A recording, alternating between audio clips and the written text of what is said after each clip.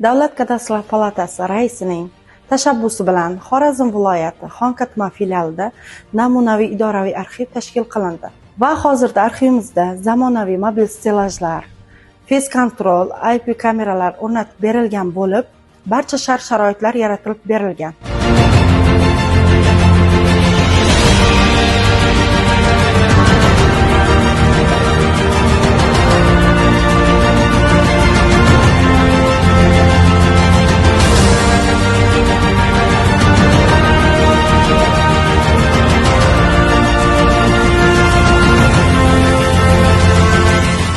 Hozirda Xonqatma filiali idoraviy arxivida 31969 ta yakka tartibdagi turar joy hujjatlari, 2700 ta ko'p qavatli xonadon hujjatlari va 3151 ta noturar bino obyektlari hujjatlari saqlanib kelinmoqda.